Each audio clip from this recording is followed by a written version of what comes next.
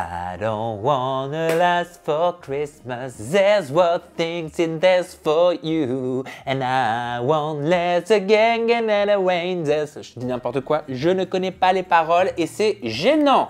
Comment ça va? On se retrouve ensemble en cette période de Noël pour ouvrir une nouvelle case de mon calendrier de l'Advent.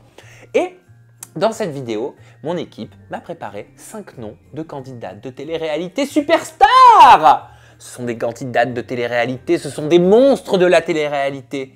Ce sont des influenceuses que l'on retrouve partout sur les réseaux sociaux, en bien ou en mal. Et aujourd'hui, je vais vous dire ce que je pense clairement des 5 plus grosses candidates de télé-réalité.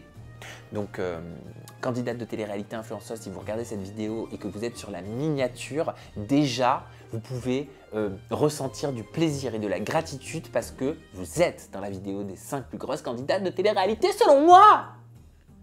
Pour le reste, je vous demande pardon.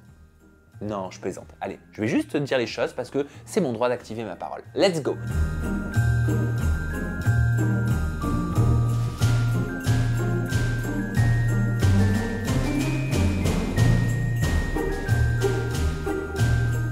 On commence avec Jazz. Alors, oui, c'est indéniable que Jazz fait partie des plus grosses candidates de télé-réalité. Jazz, on l'a connue dans Qui veut épouser mon fils. On se souvient de séquences iconiques. Hein. Jazz, elle avait quand même un style, un comportement qu'on pourrait qualifier de racaille un petit peu à l'époque, ce qui est assez paradoxal par rapport à l'image qu'elle a aujourd'hui. Jazz, pour moi, aujourd'hui, se positionne comme une influenceuse, en tout cas comme une femme de pouvoir, une dadame, quoi. Moi, j'appelle ça des dadames, tu sais, qui ne s'habillent qu'avec les marques de luxe, qui aiment que les marques de luxe, etc. Et c'est vrai que la confrontation entre la Jazz qu'on a connue dans Qui veut épouser mon fils, celle qu'on a vue évoluer dans Les Anges, etc., jusqu'à aujourd'hui, il y a une sacrée évolution. C'est pas véritablement la même Jazz. Mais après, c'est normal. On évolue tous. Et encore heureux qu'on évolue tous. Après, je trouve qu'il y a un réel paradoxe entre les téléréalités comme la bataille des clans. La bataille des clans, où on est dans quelque chose d'assez simple, de vie en communauté, du tac au tac, et la vie de Jazz qu'on peut découvrir dans la JLC Family, qui va tourner beaucoup plus sur le thème de la dynastie, sur la dynastie qu'ils ont voulu montrer, la dynastie qu'ils ont voulu créer, avec une maman qu'on pourrait même parfois comparer, rappelez-vous au début, à une Kris Jenner, avec la coupe de cheveux, avec les codes de la famille Kardashian qui ont été injectés à la JLC Family. Je pense que s'il y a bien une candidate et s'il y a bien une famille qui pouvait avoir sa propre télé-réalité, pour le coup, en effet, c'était bien Jazz au travers de la JLC Family avec sa famille, son mari Laurent, ses enfants, etc. Ça, c'est pour l'aspect image, divertissement, télé-réalité. Si je regarde l'aspect plus influence, etc., bon, Jazz, c'est certain que je ne vais pas être du tout en accord avec des placements de produits, avec certaines déclarations, comportements, etc. On se souvient de la vidéo avec son fils Kayden et la petite Chelsea qui se maquillait, le petit tout petit se maquillait, on entend « This is not for a man », un garçon ne doit pas se maquiller, etc. Voilà, moi, c'est des choses que je trouve dommage de relayer sur les réseaux sociaux parce que parce qu'un enfant est innocent, parce qu'un enfant est naïf et il n'utilise pas le maquillage en mode c'est sexuel, c'est pour être une femme, pour être un homme, etc. C'est juste un jeu, quoi, au même titre que de la peinture pour un carnaval.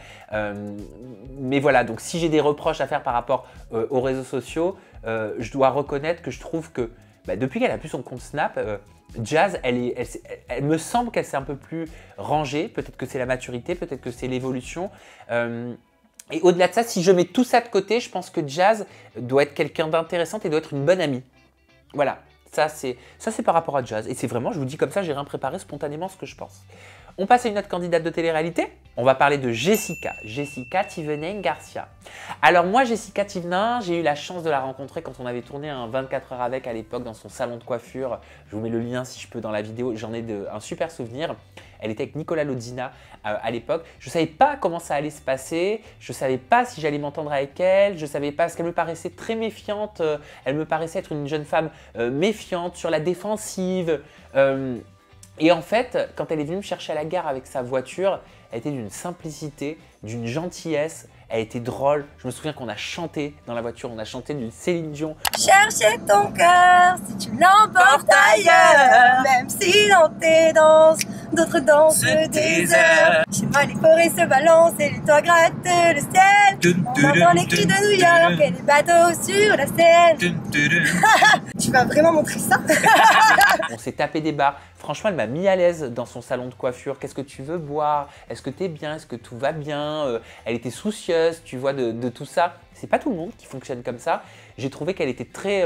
mais même Nicolas en vrai, hein, même Nicolas Lodzina au moment du tournage, j'ai trouvé qu'elle était extrêmement correcte, extrêmement prévenante, travailleuse. Je trouvais ça beau qu'elle ait son salon de coiffure en parallèle des Marseillais. Et moi j'aimais cette Jessica Thivenin qui vivait non loin de Marseille, à Tarascon, je crois, voilà, c'était à Tarascon, qui venait avec sa petite voiture, qui en même temps faisait son argent, faisait son business, avait son salon de coiffure, ses collègues simples, ses amis étaient des jeunes filles simples, hein, je me souviens pour les avoir rencontrées. Et simple, c'est pas péjoratif, simple, c'est beau chez moi. Donc j'avais même été agréablement surpris de la vie qu'elle pouvait avoir. J'ai rencontré ses parents, on était allé chez elle, ça n'avait pas été filmé ça, mais on devait récupérer quelque chose, j'avais rencontré ses parents, etc.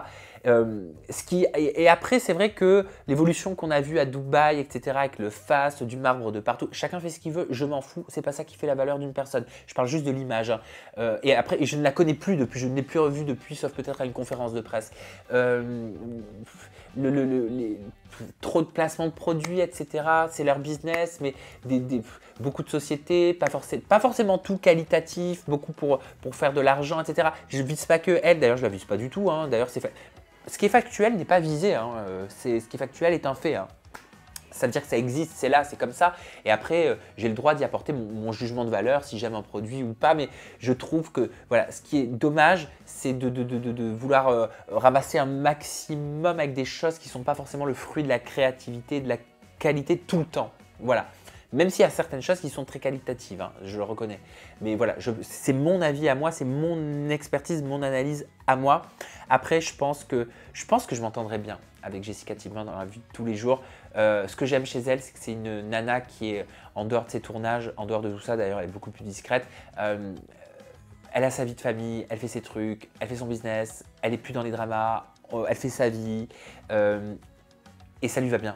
Ça lui va bien et elle reste attractive, elle reste intéressante malgré le fait qu'elle soit plus dans les polémiques et les dramas et en même temps elle garde l'image de Jessica Thivenin même si elle a beaucoup changé physiquement, tout ça. Enfin bref, je m'en fous à la rigueur de ça, de tout ce que les gens disent, le physique, etc. Mais je sais pas pourquoi je pense que je m'entendrai bien avec elle. Voilà.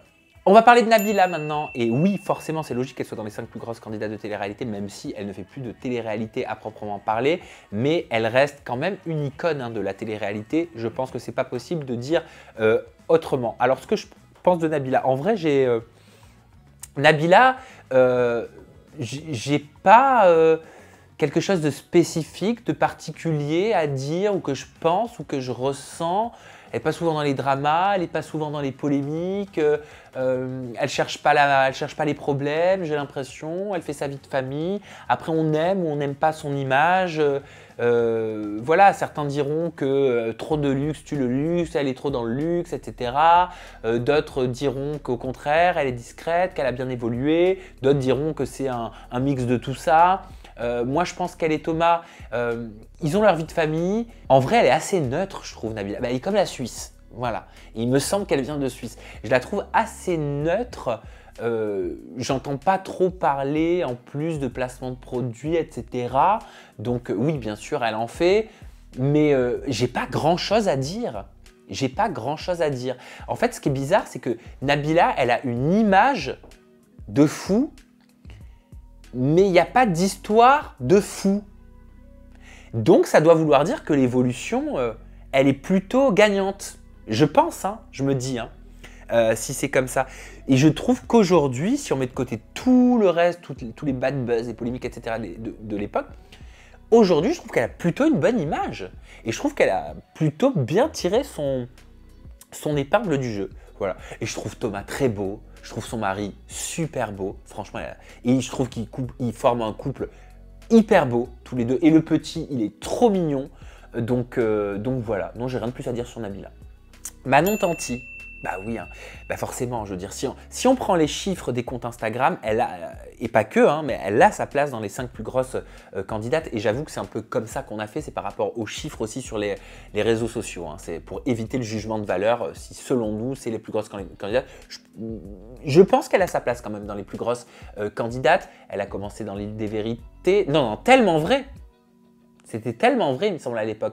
Après, il y a eu l'île des vérités, c'est toujours justifié dessus.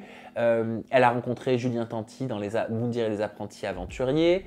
Ils ont eu 2 enfants ensemble, ils vivent ensemble, ils sont mariés, ils ont fait leur vie ensemble. Je trouve qu'elle a fait un beau glow-up quand même en termes de style, parce que Manon Tanti, elle était connue pour avoir des styles, on va dire, éclectiques, pour être polie. Elle a grave glow-up. Non, je trouve vraiment que sur Instagram, Manon Tanti a énormément glow-up. Je trouve ses enfants trop mignons. Voilà. Le petit, il est trop choupinou. Je pense qu'elle a plus sa place dans les Marseillais. Même Julien, je trouve que ça leur va plus. Je crois que là, ça fait assez de temps. Je pense qu'il faut qu'ils proposent autre chose. Je pense qu'ils vont proposer autre chose. Mais je pense que s'ils font encore des apparitions, c'est parce que ça leur sert pour le business qui est à côté, les placements de produits, tout ça. Mais j'ai vu sur les réseaux sociaux que Manon Tanti aussi, il y a plusieurs mois, on en avait parlé sur Aja, se développer au niveau de l'immobilier, etc.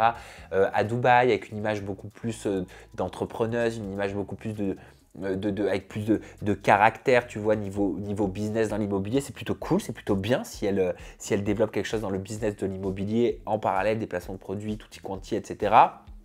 De toute façon, je pense que c'est l'avenir. Je pense qu'on va revenir à de la créativité où il va falloir que les candidats télé-réalité proposent des choses, des vraies choses avec du fond et des choses créatives parce que c'est valorisant, ça honore et puis ça, on a plus envie d'acheter de la créativité, d'acheter le fruit d'un travail que d'acheter un produit chinois à 2 € qui est vendu à 50. Mais voilà en gros ce que je pense de Manon Tanti. Maëva Guénam. Alors Maëva Guénam, oui, c'est sûr qu'elle a sa place dans les plus grosses candidates de télé-réalité, au-delà des chiffres. Maëva Guénam, mais je m'en souviens comme si c'était hier, quand je l'ai rencontrée à la conférence de presse des Marseillais, je ne sais plus quelle saison c'était en même temps que Camille Froment. Elles étaient nouvelles. Il y en avait une autre, mais je ne me souviens plus d'elle. C'est qu'on n'a pas dû la revoir après.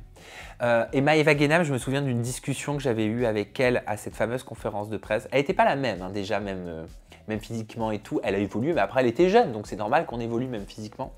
Je me souviens d'une discussion, je l'avais trouvée très fraîche, pimpante, piquante, mais dans le bon sens du terme. Innocente un peu et tout. Et c'était agréable de voir ça. Et je lui avais dit, peut-être parce que je le sentais, mais je lui ai dit franchement, peut-être qu'elle s'en souvient, je lui ai dit, Maëva, ne change pas quoi, reste comme ça, j'espère que tu perdras jamais ta fraîcheur, ta spontanéité, l'authenticité que tu montres là, que tu te laisseras jamais avoir par ce milieu, monter à la tête, etc. Vraiment garde ça parce que si tu arrives à garder ça, ce sera ta force parce que tu as une putain de sacrée personnalité et si tu arrives à conserver ça avec de la simplicité, ce sera une méga force. Voilà ce que je lui avais dit, je m'en souviens comme si c'était hier. On m'a dit, t'inquiète pas pour ça, je suis pas prête de changer, etc.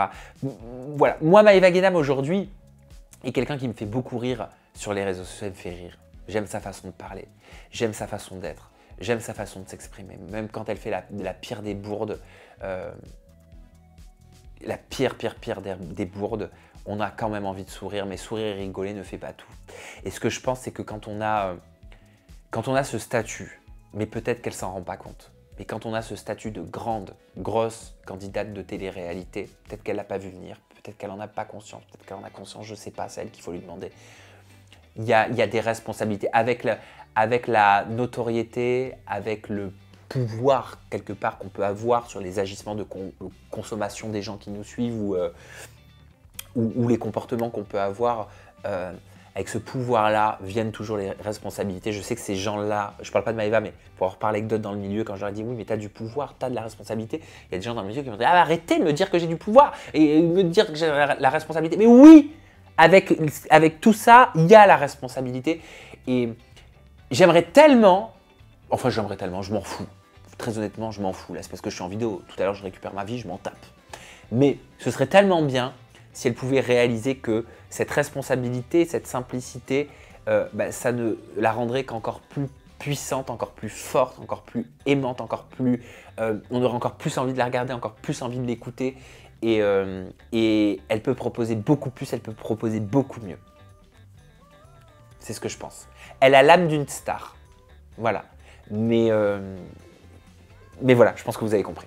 Et voilà, on a terminé. Je vous ai dit ce que je pense des 5 plus grosses candidates de télé-réalité en fonction du nombre d'abonnés qu'elles ont sur les réseaux sociaux ou en fonction de celles qu'on estime être les plus grosses candidates de télé-réalité.